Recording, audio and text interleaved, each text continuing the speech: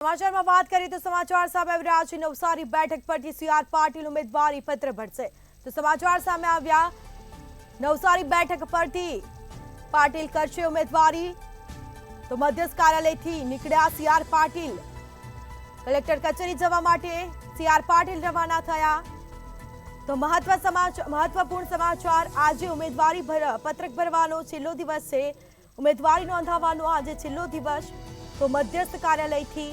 CR Patil નીકળ્યા છે collector કચેરી જવા માટે તેઓ રવાના થયા તો ભાજપના કાર્યકર્તા હોદ્દેદારો મોટી સંખ્યામાં ઉપસ્થિત રહેશે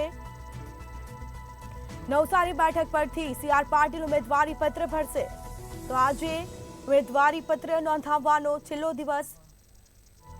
ચુસ્ત બંદોબસ્ત ગોઠવી દેવામાં આવ્યો મધ્યસ્થ કાર્યાલયથી સીઆર પાટીલ નીકળ્યા કલેક્ટર કચેરી જવા માટે તેઓ રવાના થયા છે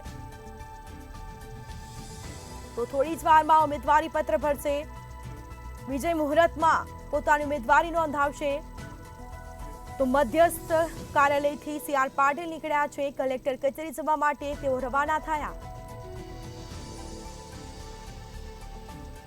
તો નવસારી બેઠક પરથી સીઆર પાટીલ ઉમેદવારી પત્ર ભરશે